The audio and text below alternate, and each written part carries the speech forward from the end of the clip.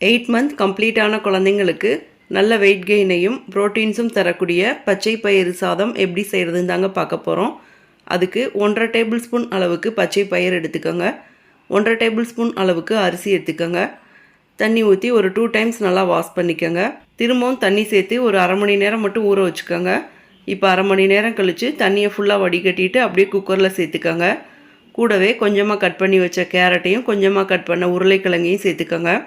சேர்த்துட்டு ஒரு 3லேருந்து 5 சின்ன வெங்காயம் சேர்த்துக்கோங்க. கொஞ்சமாக சீரகத்தூள், மிளகுத்தூள், அதுக்கப்புறம் உப்பு சேர்த்துக்கோங்க. கொஞ்சமாக நெய் சேர்த்துக்கோங்க. ஒரு பல் பூண்டு 1.25 கப் அளவுக்கு தண்ணி சேர்த்துக்கோங்க. சேர்த்துட்டு 1 டைம் நல்லா மிக்ஸ் பண்ணி விட்டுக்கோங்க.